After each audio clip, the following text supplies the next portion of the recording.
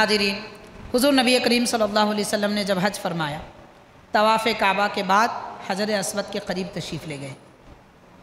हजर अस्वद के करीब जब तशरीफ़ ले गए, प्यारे नबी सल्लल्लाहु अलैहि वसल्लम ने अपने होठों से हजर अस्वद को बोसा दिया। एक हदीस पाक में आता है। दूसरी हदीस पाक में आता है, हुज़ूर पाक अलैहिस्सलातु वस्सलाम ने आपके दस्ते मुबारक में एक लकड़ी थी, उस लकड़ी को अरबी में महजन कहते हैं। महजन ऐसी लकड़ी को कहते हैं जिसका सिरा झुका हुआ हो, यानी पकड़ने के लिए लकड़ी झुकाते हैं, तो ऐसी लकड़ी को महजन कहते हैं। सीधी लंबी लकड़ी हो तो उसे असा कहते हैं। अरबी में लकड़ियों के भी 4-10 नाम हैं, घोड़ों के 70 नाम हैं, ऊँट के 100 नाम हैं, 100 किस्में, हर ऊँट का एक अलग नाम। ऊँट का बच्चा पैदा हुआ तो नाम अलग, नर हो तो अलग, मादा हो तो अलग, 5 साल का हुआ तो अलग, 10 साल का हुआ तो नाम बदल जाता, 40 साल का हुआ तो नाम बदलते रहता, बूढ़ा हो गया तो नाम बदल गया। फिर ऊँट की बहुत सारी किस्में होती हैं, क्वालिटीज़, ऊँट की क्वालिटी बदली, नाम बदल गया। 100 नाम है ऊँटों के अरबी में। ऐसे लकड़ी के भी तकरीबन 10 नाम है। जो लकड़ी थामी जाती है उसको कुछ और बोलते, मेंबर पे पकड़ी जाती है उसे कुछ और बोलते, लकड़ी का सिरा झुका हुआ हो तो कुछ और नाम है, लकड़ी से पत्ते झड़ाए जाएं, बकरियों को हाँका जाए तो उसका नाम अलग है। ऐसे ही बहुत सारी चीज़ों के बहुत सारे नाम हैं। अरबी ज़बान बहुत वसी ज़बान है, जितनी जामियत उम्दगी अरबी में है किसी और ज़बान में नहीं है। बहरहाल हादिरीन, हुज़ूर पाक सल्लल्लाहु अलैहि वसल्लम ने एक मरतबा अपनी लकड़ी असाए मुबारक हजर अस्वद को लगाया दूर से, फिर उसको चूमा तो पता चला कि हजर अस्वद को रास चूमना सुन्नत है, और किसी चीज़ को हाथ लगाकर या फिर कोई और लकड़ी वगैरह लगाकर या अपना रुमाल हो तो रुमाल लगाकर उसे चूम लेना भी जायज़ है। इससे सबक क्या मिलता है? सबक ये मिलता है, हज के दिनों में हुजूम ज़्यादा होता है, लोग बहुत होते हैं, और लोग अगर हजर अस्वद को होंठों से चूमने के इरादे से जाएंगे पिस के रह जाएंगे। ये कैफियतें होती हैं। अगर कोई हिम्मत करके आगे बढ़ जाए, अपनी ताकत का इस्तेमाल करे तो कमज़ोरों को दबाएगा, तकलीफ़ देगा, धक्का देगा, तकलीफ़ पहुंचाएगा, ये वबाल सर पर होगा।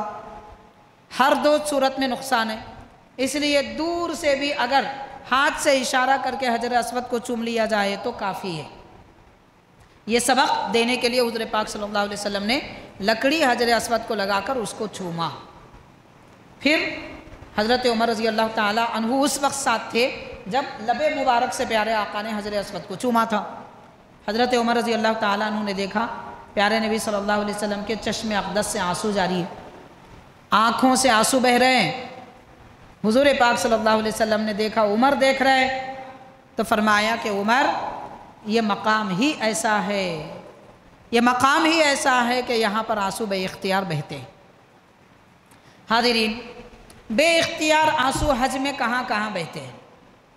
एक हजर अस्वद को चूमने के वक्त, दूसरा तवाफ़ काबा मुकम्मल होने के बाद, तीसरा सफ़ा मरवा पूरा कर लेने के बाद जब हज पूरा हो जाता है तब खुशी से आंसू निकलते हैं, चौथा काबे का आखिरी तवाफ़ करके जब हम शहर मक्का से निकलने वाले होते हैं तब भी आंसू बहते हैं ये, और अरफात के मैदान में बे इख्तियार आंसू बहते हैं। मैदान अरफात में तकरीबन ये 5 ऐसे मकामात हैं जहाँ पर आंसू बे इख्तियार मोमिन के दिल आँखों से बहते हैं। ये दिल नर्म होने की अलामत है और उस मकाम का फैज़ मिलने की अलामत है।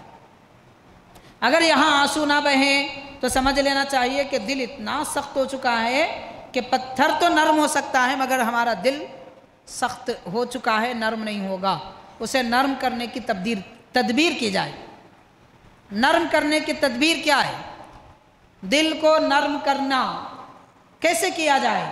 नमाज तहज्जुद की पाबंदी करे, दिल नरम होगा। यतीम के सर पर मोहब्बत और शफ़क़त से हाथ फेरें, दिल नरम होगा। माँ बाप की खिदमत करें, दिल नरम होगा। तो दिल नरम होने की ये भी एक सूरत है।